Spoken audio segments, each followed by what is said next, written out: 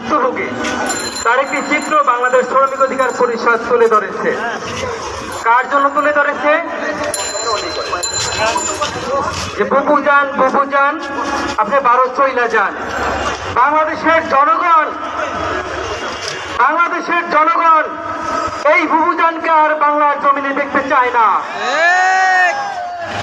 15 বছর এই বুবু জান তিলে তিলে বাংলার জনগণকে মেরেছে। বাংলার জনগণ সব হারিয়েছে। আমরা আর এই জন্মভূমি হারাতে চাই না।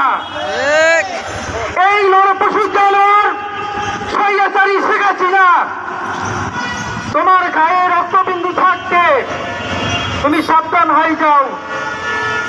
বাংলাদেশের মানুষ সব হারিয়েছে। আমরা এই জন্মভূমি হারাতে চাই না। এখন আমরা এই জন্মভূমি রক্ষার জন্য আমরা রুখে দাঁড়িয়েছি। এই 15 বছরে আপনি এই দেশের জাতিকে যা দিয়েছেন, এই জাতি কখনো ভুলতে পারবে না। এই জাতি হাতে কলম নিয়ে ইতিহাসের পাতায় কালো অধ্যায় হিসেবে ফিরআউন শাসনের মতো হাসিনা শাসন লিখে রাখবে। এই হাসিনা শাসন পৃথিবীর ইতিহাস থেকে কখনো মুছে ফেলা যাবে না।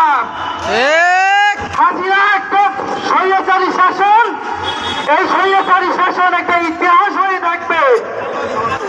আমি আমার সংগ্রামী সহযোগিত ভাই বোনদেরকে বলবো, সময় থাকতে হাতে কলম নিয়ে এমন ইতিহাস লিখে ফেলবেন এই বাংলাদেশের মানচিত্র থেকে, যেন ইতিহাস কখনো মুছে ফেলা না যায়।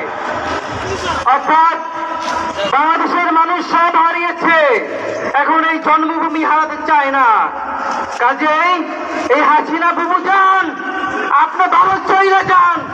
এদেশের মানুষ সব হারিয়েছে, ইসলাম হারিয়েছে, শিক্ষা হারিয়েছে, সংস্কৃতি হারিয়েছে, ধর্ম হারিয়েছে, মানুষের বিবেক হারিয়েছে। আমরা আর কিছু হারাতে চাই না। এদেশের জনগণ রুখে দাঁড়িয়েছে।